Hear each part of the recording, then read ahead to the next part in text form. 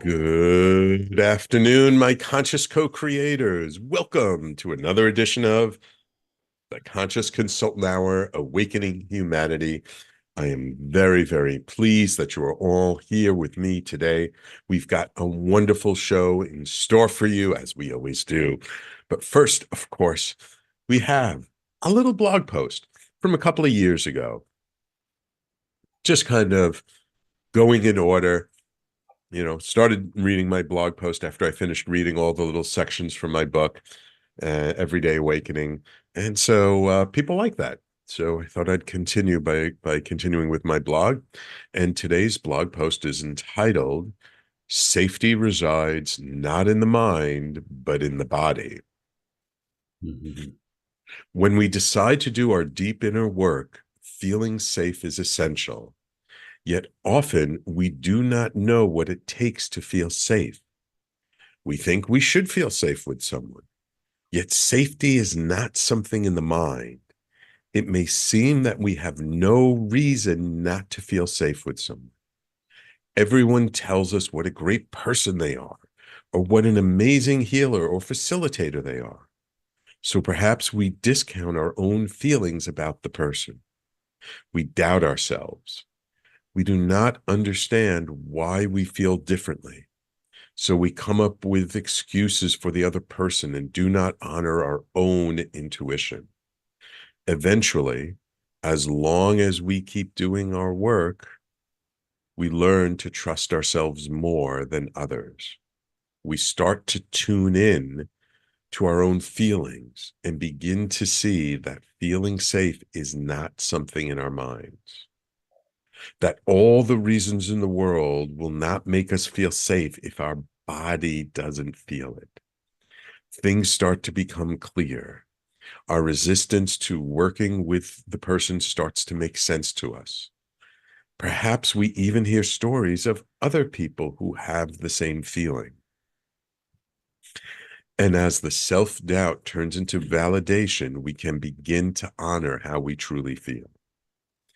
Not how we should feel or how others tell us we should feel. We honor how we actually feel, and we find what we actually need to feel safe. Once we feel safe to work with someone, then we dive in and truly do the deep work. This does not mean that the person we didn't feel safe with is bad or wrong. They were they were just not the right person for us, regardless of what others may say. So, in order to fully honor ourselves, we learn the most important lesson: to pay attention to how our body and our nervous system feels, regardless of what the mind says. And that is how we tune into our innate intelligence. So, is there someone in your life whom you don't feel safe with, even though you think you should? How can you honor yourself and find what you need to actually feel safe? So, this is sort of a continuation of a series of blog posts I wrote when a couple of years ago I switched mentors. And I found when I moved from my old mentor to my new mentor that I was actually able to. I actually didn't realize until the first time I started to work with my new mentor. Then what came up for me was the fact that I didn't feel safe with my old mentor. And it's such an interesting dynamic because he was always chasing after me to do deep work. I was showing up as best as I could, but not really showing up the way he wanted me to. And it didn't make sense. Like, why wouldn't I? I want to work. I want to learn this stuff. Mhm. Until I, I had this experience and I realized I really didn't feel safe with this guy. Now, the fact that I didn't feel safe with him, it's really actually not about him. It's about me. But it wasn't until I started to work with someone else that I realized, oh, I couldn't really do my deep work with him because I didn't really feel safe to do it with him. but I never realized this because other people training with him thought he was such a great guy, and other people who worked with him as clients were like, "Oh my God, he's so wonderful. He's so this, he's so that." So there was like nothing in my conscious mind that said to me, "This guy's not a safe person to be with." Yet many times he showed an aggressive side with me. Many times he would not lose his temper, but raise his voice and say things and treat me in a way that almost kind of felt like bullying in some way. So I just didn't feel safe. But again, I was thinking in my mind, I should feel safe with him. What do you mean I don't feel safe? Of course I'm safe. But the mind plays tricks with us all the time. But the body knows, our nervous system knows what's right for us and what's not. And this is important to keep in mind for any kind of relationship, like not just mentee to mentor, but partnerships, intimate relationships, lovers, friends. You may think like, oh, I should feel safe with this person. Why am I not showing up differently? But just because the mind says and external things say, no, you should be good with this person, does not mean it feels good or it feels right for your nervous system, for your body, for you, the deep essence within you.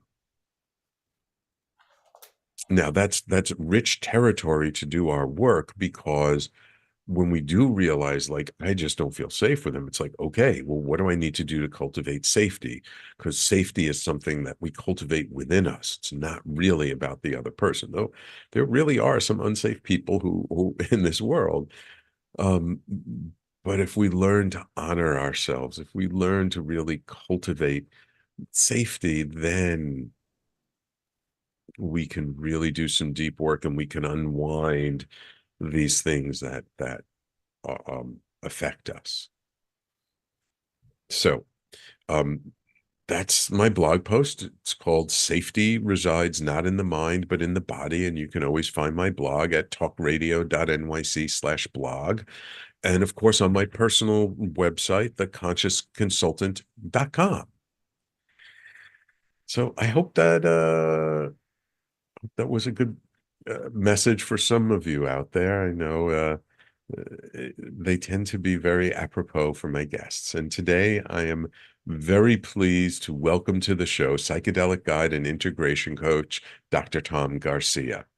Dr. Garcia is a psychedelic guide and integration coach who has been in the field of health and spiritual well-being for over 30 years.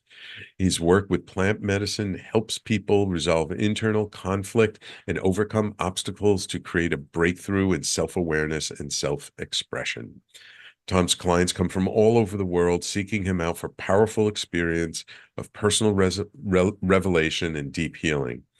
Those who long for a more meaningful understanding of their life, purpose, a clear sense of inner guidance, and a deep connection to the divine find their way to his inner circle. Through the ceremonial, sacred use of plant medicine and Tom's unique style of coaching, he guides his clients to greater peace, well-being, and happiness. Welcome to the Conscious Consultant Hour, Tom. Oh, thank you, Sam. What a pleasure to be here.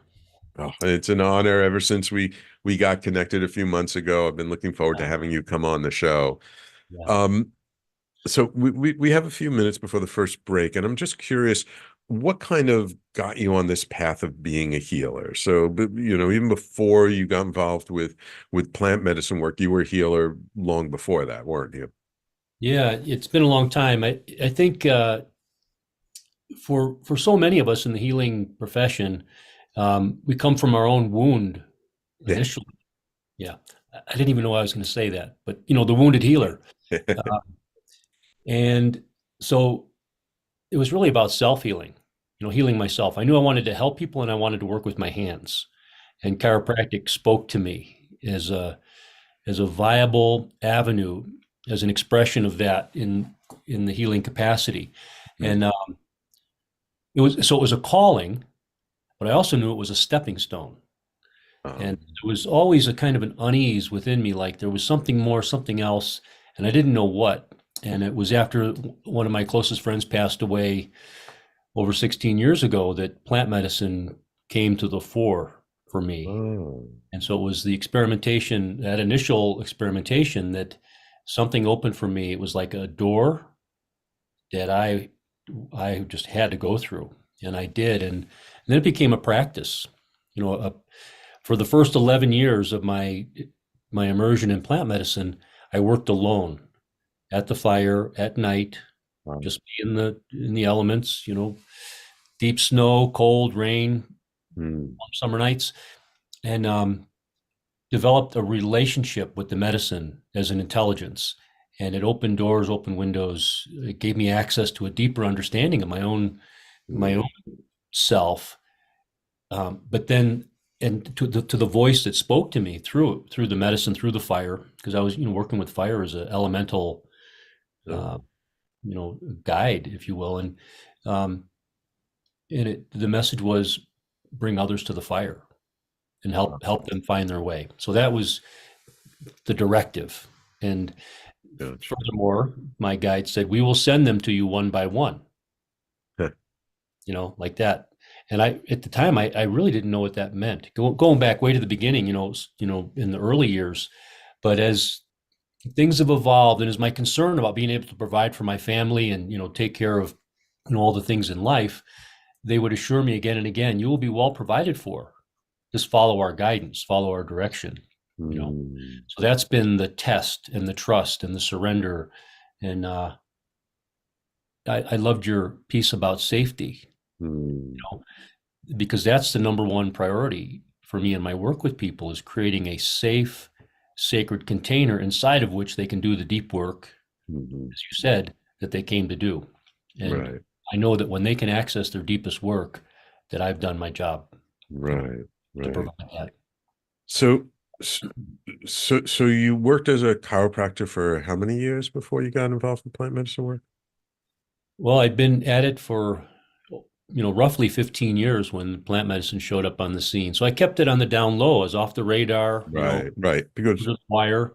And then the year before last, when psychedelics were decriminalized in Colorado, it took me about 8 months before I finally was like, okay, I'm coming out of the closet now. And once I did that, and I started to identify as a psychedelic guide and an integration coach, mhm. um, it's like folks are just finding me left and right. They Yeah. come out of the woodwork because now I'm visible, and I'm saying I'm being true to my purpose and my activity here.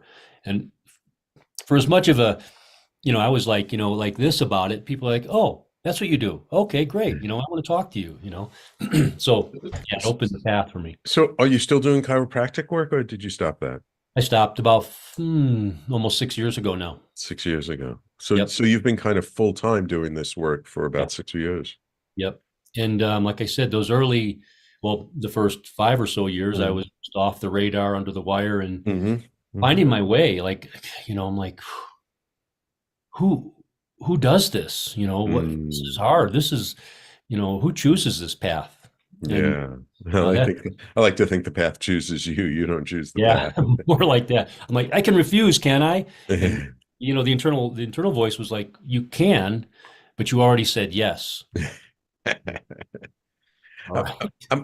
I'm curious before we go to break, what drew you to work with fire as an element? Like you're fire. The fire is a big part of what Big you do. piece. Yeah, I would say that you know, I went through a program with the Mankind Project Ah. about 20 plus years ago, and that was my initiation, into the sacred masculine, if you will. And there was fire was part of that weekend, and something awakened in me in that experience with the sage and the ceremony and fire that really drew me in. It connected me to something. It was just something I've been searching for my whole life. Mm. But it only took me part of the way, and then continuing with fire, continuing to deepen my connection to the ceremonial piece as it came to me.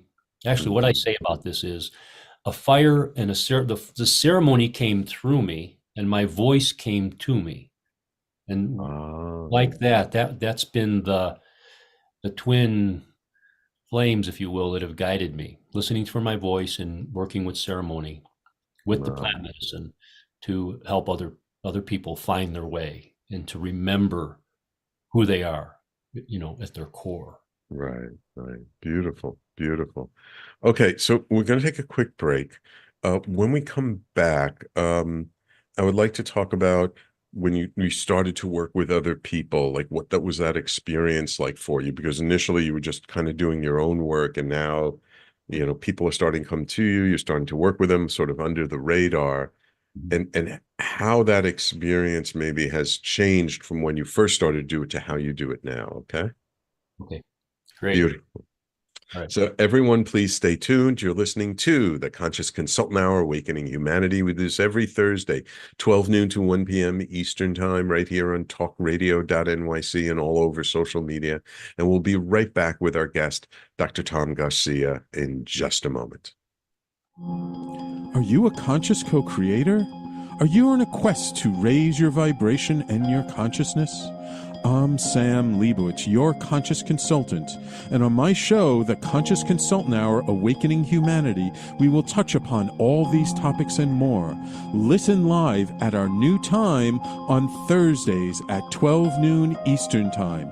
That's The Conscious Consultant Hour, Awakening Humanity, Thursdays, 12 noon on talkradio.nyc.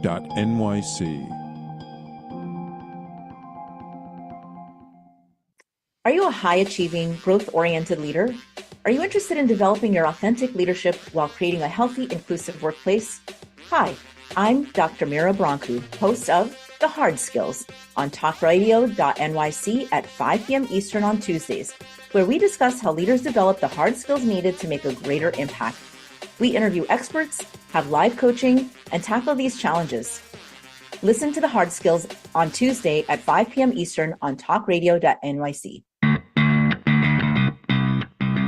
Are you a business owner? Do you want to be a business owner? Do you work with business owners? Hi, I'm Stephen Fry, your small and medium-sized business or SMB guy, and I'm the host of the new show, Always Friday.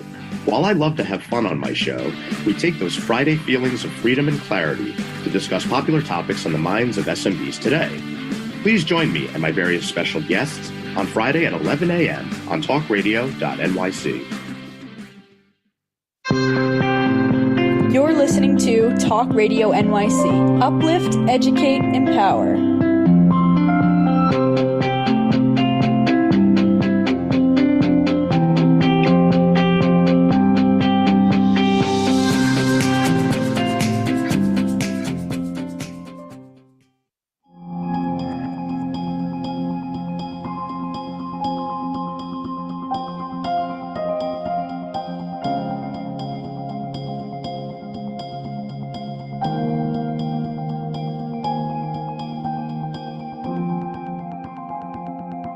And welcome back to the Conscious Consultant Hour, Awakening Humanity. So Dr. Tom, when you started doing this work, you were really just kind of doing it for yourself, sitting with the fire, going through your own healing after the loss of a close friend.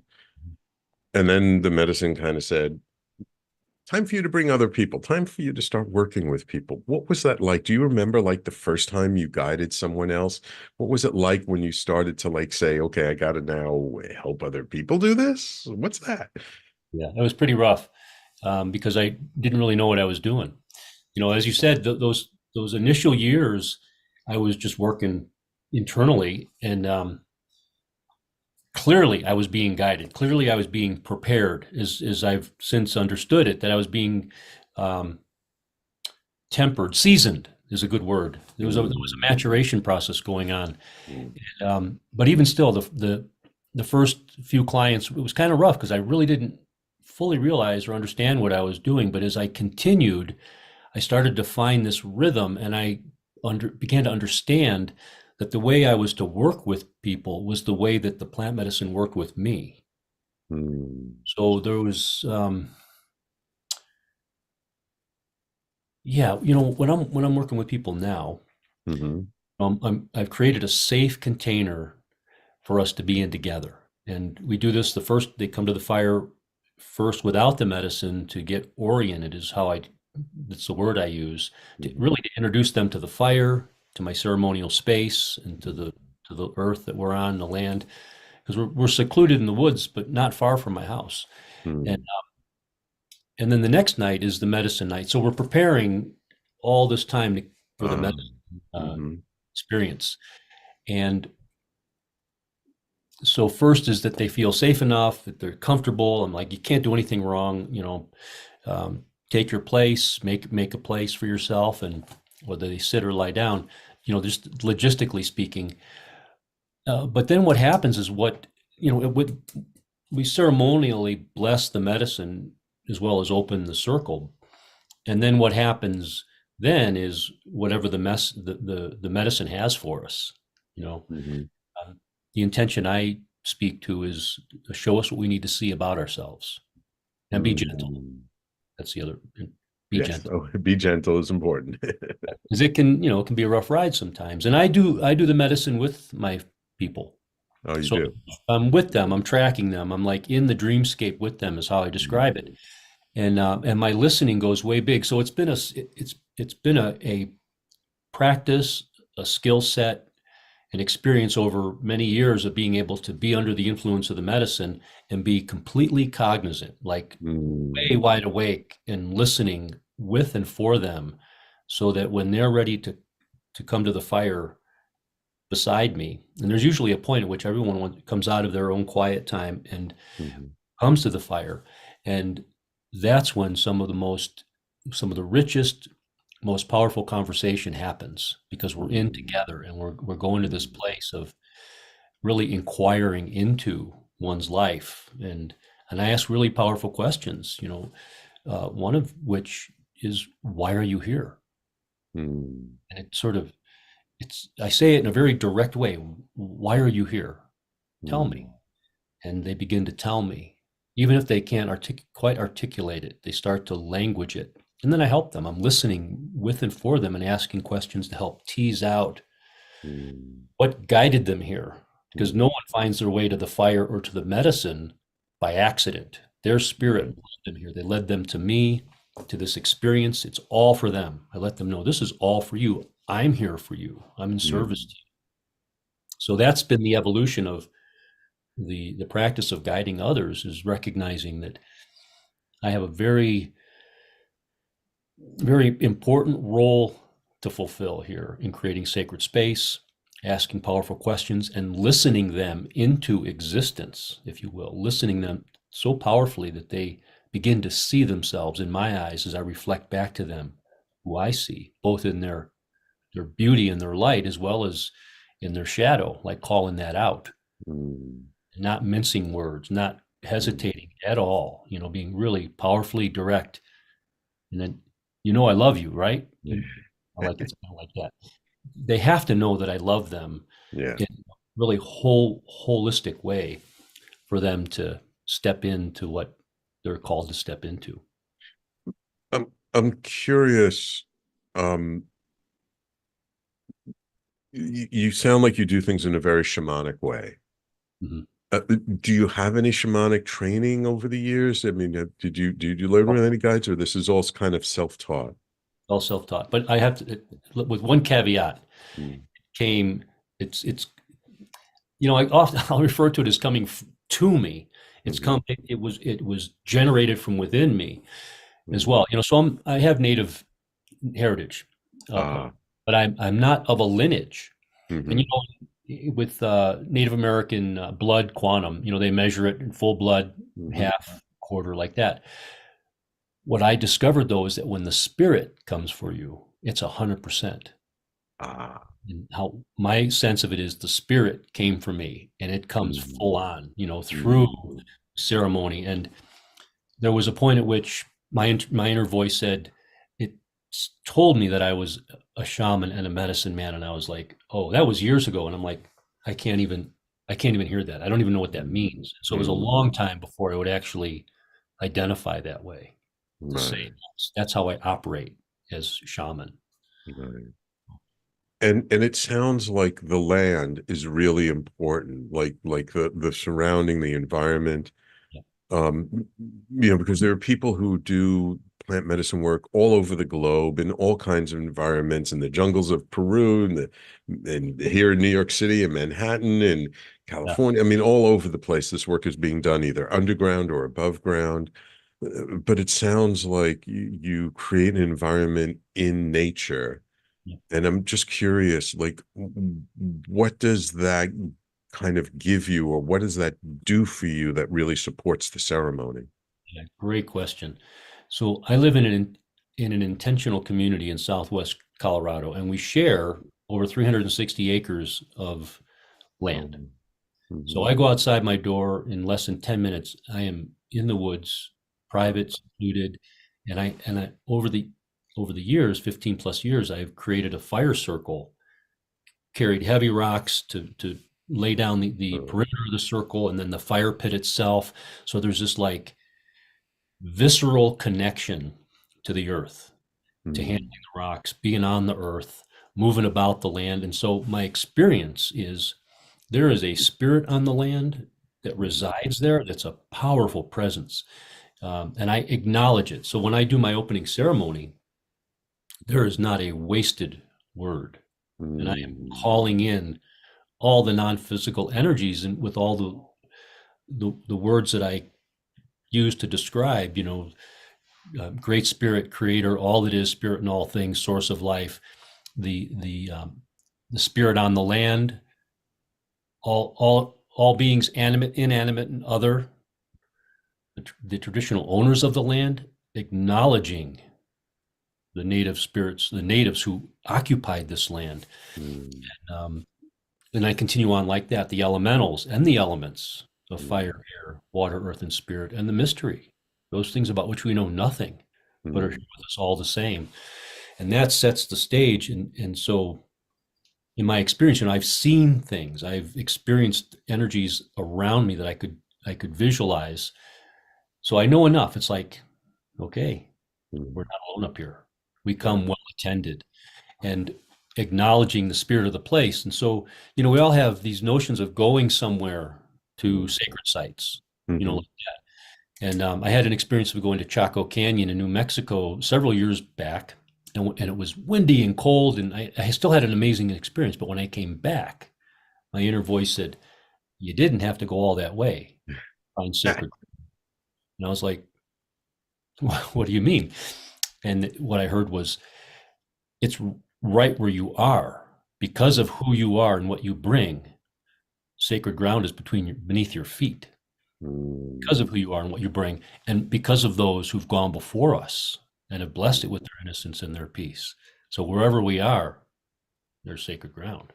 mm, So mm, I took that to heart, and so my place on the ground is very much like a sacred spot on the earth, and to be connected to place, much like the natives were. They were connected to place. They knew the land intimately, the language of the spirit that moved through all of life and nature.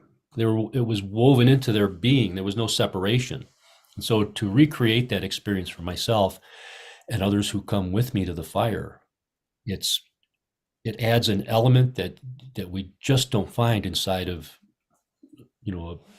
a room or an office or a yeah. it's still it works, in a room or an office or a clinical setting, but outside, we're elementally exposed on the earth under the open sky at the fire. The fire is this dynamic energy that's, really speaks to me, and I invite people to posture themselves in the same way that I do. I kneel Mm, and my head is bowed most of the time because of what I'm in the presence of, you know, oh, in the larger scheme. I'm not worshiping the fire. I'm just aware of what I'm in the presence of. gotcha. Gotcha. So it's really kind of being aware of the energy of it, of the spirit of the fire, honoring that and allowing it to serve in the ceremony the way it needs to serve to help people, to support people through their process. Yeah, and it totally does that. I often think that 80% of my work is done because we're outside on the earth. In that way, it's people, even without medicine, when I do fire ceremony, people Mhm, come to the fire. mhm, They, it's like a primal recognition of Mm, the fire and that what it provides. And I experience it over and over again, where people just no, let down and drop in, and they can really get honest about mm, their feelings and what they're up against and what they're struggling with. And it creates a safe space for them to, articulate mm. the most difficult things to speak to in a Wonderful. person's life. Yes. Yeah. Yeah. Yeah. Yeah. There's a lot of pain, a lot of trauma there to Yep. get through. All right. Yep. It's time for us to take our next break. When we come back, I'd like to start to delve into the more mystical, spiritual side of this. A lot of people are hearing about plant medicine work as, to create help with mental health and release trauma and all this stuff. But there's actually even a deeper way of approaching this. And I would love to explore that with you as we chat around the fire. Awesome. Wonderful. So everyone, please stay tuned. You're listening to the Conscious Consultant Hour, Awakening Humanity. We're speaking this hour with psychedelic guide and integration coach, Dr. Tom Garcia, and we'll be right back in just a moment. Hey everybody, it's Tommy D, the nonprofit sector connector, coming at you from my attic. Each week here on talkradio.nyc, I host a program, Philanthropy in Focus. Nonprofits impact us each and every day, and it's my focus to help them amplify their message and tell their story. Listen each week at 10 a.m. Eastern Standard Time until 11 a.m. Eastern Standard Time, right here on talkradio.nyc. Were you an essential worker during the pandemic? If you needed to learn stages of epilepsy, did you depend on advocates? Did you use new innovations to cope with mental and neurological issues? Maintaining high quality of life and keeping good mental health are what we all strive for.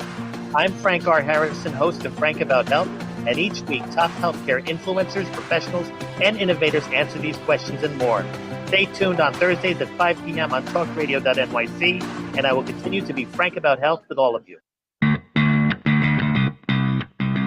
Are you a business owner? Do you want to be a business owner? Do you work with business owners? Hi, I'm Stephen Fry, your small and medium-sized business or SMB guy, and I'm the host of the new show, Always Friday.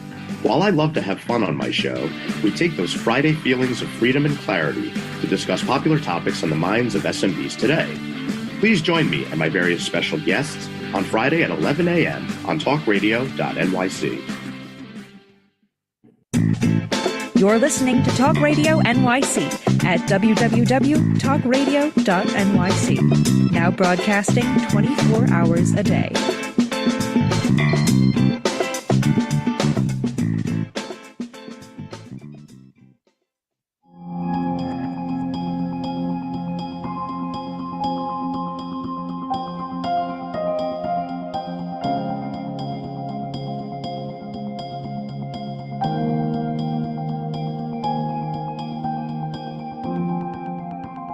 And welcome back. So Tom, when you work with people, obviously you're guiding people through ceremony. A lot of people come with all kinds of trauma and pain and anguish. But there comes a point at which they kind of process and work through that. And then you take them to a deeper level. And I'd love to kind of have that conversation around how that deeper level, what it takes to get to that deeper level, and then what really happens in that deeper place. Yeah, that's a great question too. So often, and this is my experience also with medicine, is I'm working through all my ego stuff. Even today, what I didn't do, what I should have done, some self-recrimination, regret. And so it's a process for sure. I mean, I've been doing this for years, so it's working through all of that stuff for years, but it's not like you got to work through all that stuff to get to this deeper mystical experience. So for example, I'll just speak for myself personally, and then I could use some examples, but getting, maybe it takes an hour or two just to get, I call it getting over yourself. Getting over myself. Yes. Then, and there's something else, I simply call it the shamanic space. It's like moving through this membrane almost, this sort of veil, it's like coming through onto the other side. What's outside is the ego, and what's inside is, wow, I feel connected to source. I feel connected to my deepest, most heartfelt prayers and blessings, and I can offer them from that space. It's like a place of awe and gratitude and appreciation and this awareness. It's worth whatever it takes to get in there. And when I'm working with people, sometimes they can join me there and sometimes they can't.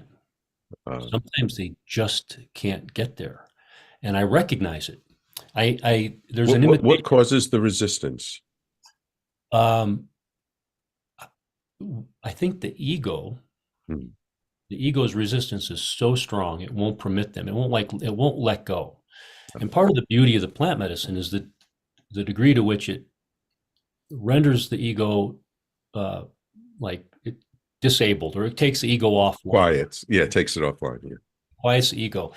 And when that happens, it's, amazing things happen when the ego is like, just stay over there. We're going to be okay, but we got work to do over here, but sometimes it doesn't let go. And I've experienced people just being kind of caught in their own stuff, caught in shame, caught in self-judgment. But still they come back.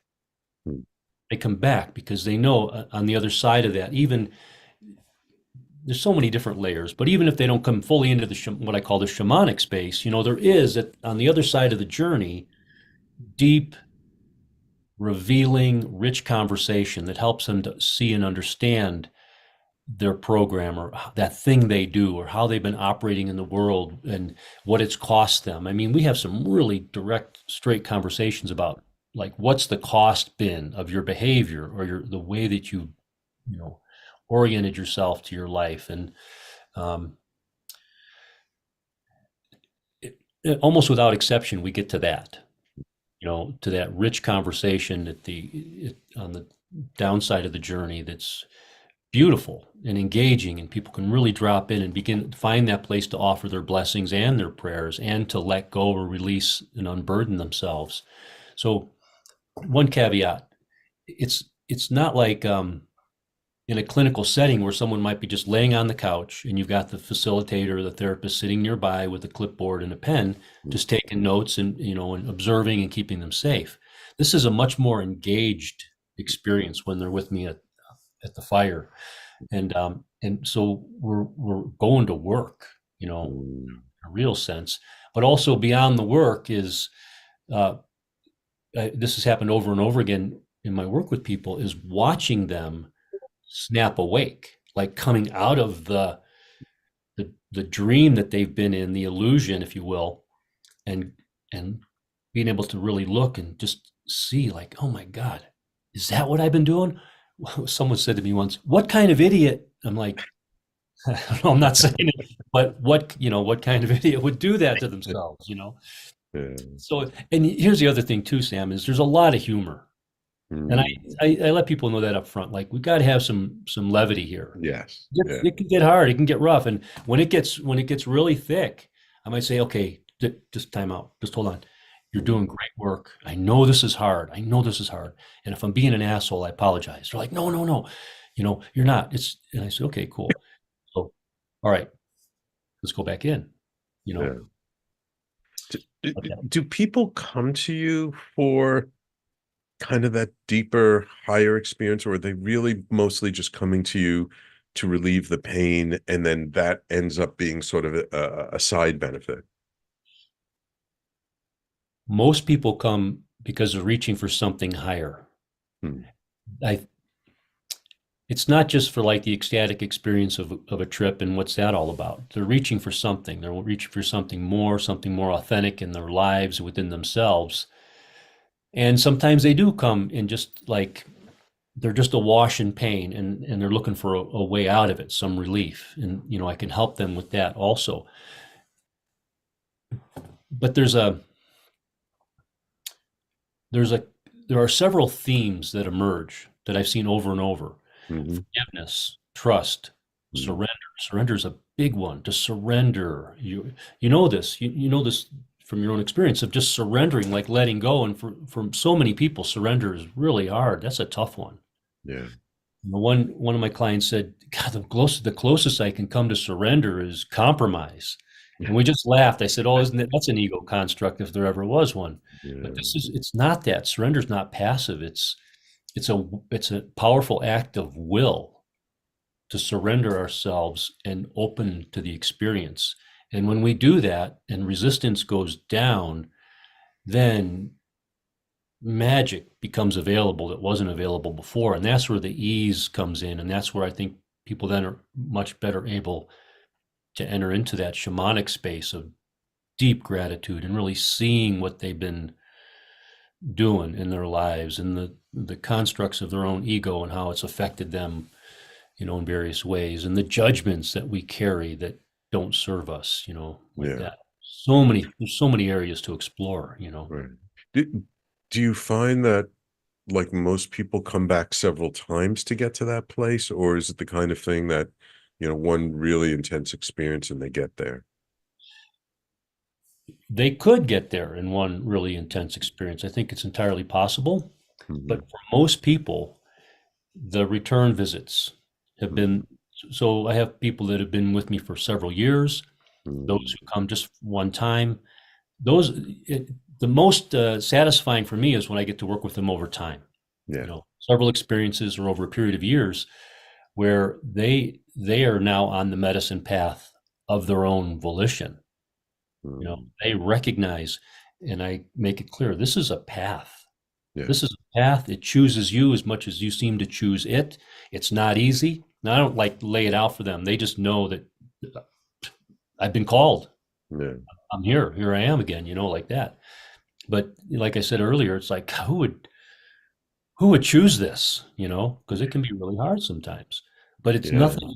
It's like the Yeah. best, it's really beautiful. Yeah. Yeah. I've heard it said that, spirit will demand quite a lot of you on this path, but it will also reward you quite a bit as well. Yeah, that's really true. Um, Yeah. Are there still challenges you have working with people and doing this? I mean, you've been doing this for quite a while. Do certain experiences or certain individuals really challenge you when it comes to taking them to this deeper place?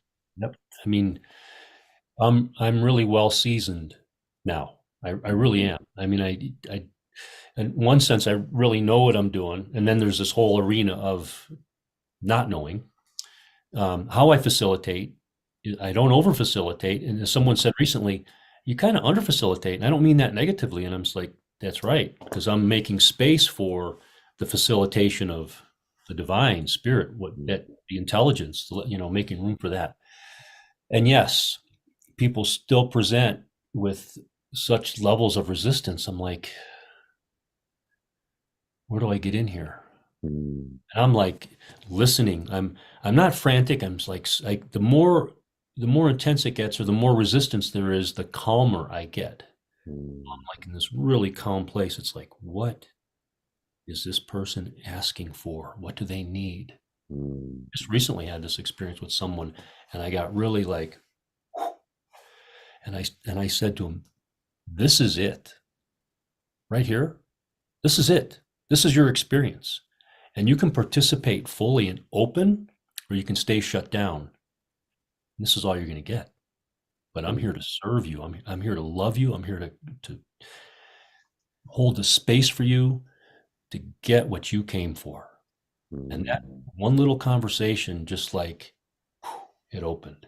And then we were like in sync and we connected. And there was like great camaraderie and laughter. And there were tears. And, I went over and I could, just hold him and just, it was beautiful. Beautiful. And that was how then the rest of the night, then it was open. The way was open. It's like I'm just so committed. I'm just like rigorously committed to people getting what they came for. Yeah. Yeah. Beautiful. Beautiful. Beautiful. All right. Believe it or not, it's time for us to take our last break of the show. When we come back, I'd love to get just some perspective of, since Colorado just recently, it hasn't been that long that they legalized psilocybin and other things. Like, how you see people showing up today. Like, is there a difference compared to before when you started? And sort of where do you see things going from here? What kind of advice, like if our listeners are, listening and they're like, wow, this is really kind of experience I would like to have, if you have advice for them about how to find that experience for themselves. Okay. Beautiful. So everyone, please stay tuned. You're listening to the Conscious Consultant Hour, Awakening Humanity. We've been speaking this hour with Dr. Tom Garcia, and we will be right back to wrap it all up in just a moment. Are you a high-achieving, growth-oriented leader? Are you interested in developing your authentic leadership while creating a healthy, inclusive workplace? Hi, I'm Dr. Mira Broncu, host of The Hard Skills on talkradio.nyc at 5 p.m. Eastern on Tuesdays, where we discuss how leaders develop the hard skills needed to make a greater impact. We interview experts, have live coaching, and tackle these challenges. Listen to The Hard Skills on Tuesday at 5 p.m. Eastern on talkradio.nyc. Hey everybody, it's Tommy D, the nonprofit sector connector, coming at you from my attic. Each week here on talkradio.nyc, I host a program, Philanthropy in Focus. Nonprofits impact us each and every day, and it's my focus to help them amplify their message and tell their story. Listen each week at 10 a.m. Eastern Standard Time until 11 a.m. Eastern Standard Time, right here on talkradio.nyc. Are you a conscious co-creator? Are you on a quest to raise your vibration and your consciousness? I'm Sam Leibowitz, your conscious consultant, and on my show, The Conscious Consultant Hour, Awakening Humanity, we will touch upon all these topics and more. Listen live at our new time on Thursdays at 12 noon Eastern Time. That's The Conscious Consultant Hour, Awakening Humanity, Thursdays 12 noon on talkradio.nyc.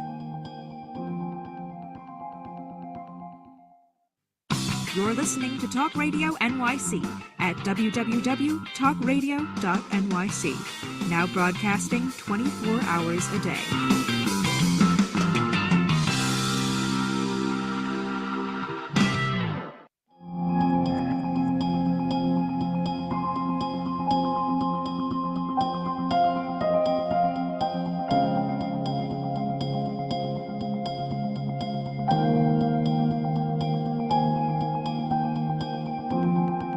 And welcome back to the Conscious Consultant Hour, Awakening Humanity. So Tom, when you started doing this, people started to come to you one-to-one slowly. How do people find you these days, and how is the way you're working with them, different than maybe when you did it, years ago? Well, folks are finding me by word of mouth. One person comes to work with me, they tell someone else, it's like, God, this guy really needs to see you, or this woman really needs to come to your fire. And then we get acquainted. I find out if I'm the right fit for them. We got to be the right fit. That's really important. And doing podcasts, I was on the Expanded States of Consciousness World Summit, and so many folks came out of that because the interview was just so authentic and rich, and very much like this. I mean, just really connected in our conversation here, and so that's how they find me. And it's been even this year I've been busier than ever this year with folks that are looking for this. So did things really open up for you when Colorado legalized psilocybin? They opened up when I got real about what I was doing. That's the funny thing. It was an energetic. Like I said earlier, when I finally began to identify as a psychedelic guide and an integration coach, then by magic, it seemed like people just started coming into my experience. So it's been, this is part of the path too, to be authentic and true to who we are, to, identify with our deepest, most heartfelt, part of ourselves, and to live from that. So I'm like a demonstration of it. I model it, and it's been my own process of, finding my way to that, finding my authentic voice. I think a lot of people are wanting their authentic voice and to be true to who they are, and to step from behind the facade, to let it fall away. But that's also the greatest fear. is Yeah. if, and I asked that question of someone, what are you afraid of? They said, I'm afraid to see who I really am, because the life I built has been predicated on this persona, Yeah. that meaning for what I built, like that. So what's changed is in Colorado, what I'm seeing is people are more out in the open about looking for it also. I see veterans and professionals that are like, I was worried about my licensure or, my professional reputation, but now it's out in the open. Or veterans is going to show up on a blood test, or is going to affect my service, like that. And the answer is no. And so veterans are fine that are still active service, as well as those who've retired and since, they're dealing with PTSD and the effects of, service related issues. It's been beautiful to be able to serve, our veterans like that. And do you only work with people one-on-one? Do you do groups? How do you work Do with groups people? as well, small groups. Well, Interestingly, I'm having entrepreneurial teams find their way. Small groups of entrepreneurs that want to deepen their connection in their team, but also do their own individual work. Women's, I've got 2 women's retreats lined up this year, and a men's retreat, and a retreat of shamanic practitioners, about a half dozen people that they've been to Peru, they've done the ayahuasca ceremonial work, and now they're looking to come here in our homeland, on our work, to do the work in a ceremonial way. And I truly feel my ceremony is authentic and true. It's not appropriated from any other tradition. Came through the ethers in a good way. So here it is, ceremonies right here. We bring it. We bring it. And that's what I tell folks who come here. I say, take what you find here and take it home. Yeah. Take it home. Make a circle and put a fire in it wherever you are. Find the ceremony that lives in your heart. Take anything that I have here and use it, modify it, make it your own. Beautiful. Beautiful. I see we have a comment on the live stream from loyal listener Patty, who tunes in every week. So appreciate you, Patty. She asks, have you heard of Don Lattin's book, God on Psychedelics? He's a columnist for the San Francisco Chronicle. No. No. I've heard the title, but I'm not familiar with the book. So definitely something I have to check out.